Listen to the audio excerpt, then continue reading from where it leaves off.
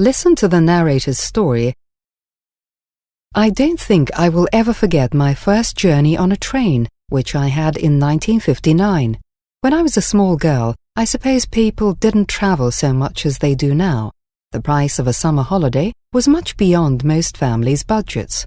Some lucky children might have a day trip to the country not far from Glasgow, but I was going by train to have a real summer holiday in Galloway House, which is situated in one of the most beautiful parts of Scotland. I travelled with many other primary school children. I can still remember the excitement we felt. The journey was rather long and seemed never-ending, and honestly speaking, we were all feeling a bit scared, frightened.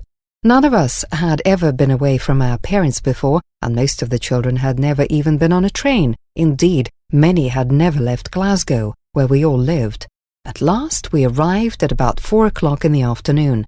Coaches were waiting for us, and we were driven through the beautiful Galloway countryside until we reached the Galloway House.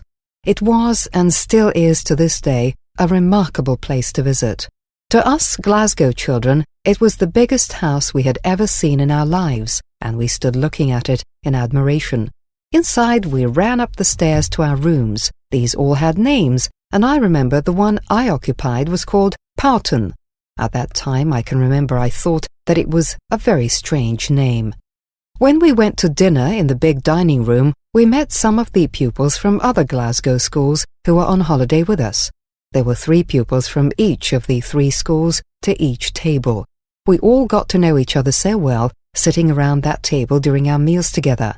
Here we were able to tell each other about the things we liked or disliked to do.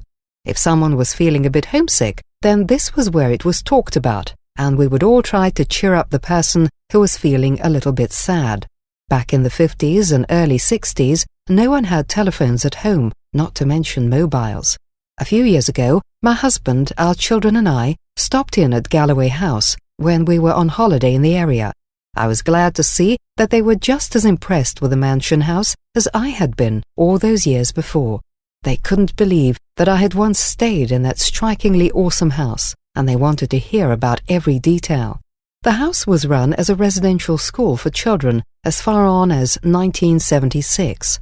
Then, for economic reasons, it was sold.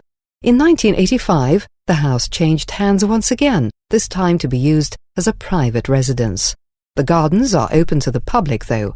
Perhaps if you ever find the time to visit the grounds, you might be able to imagine all those little children running around in what was once our big park.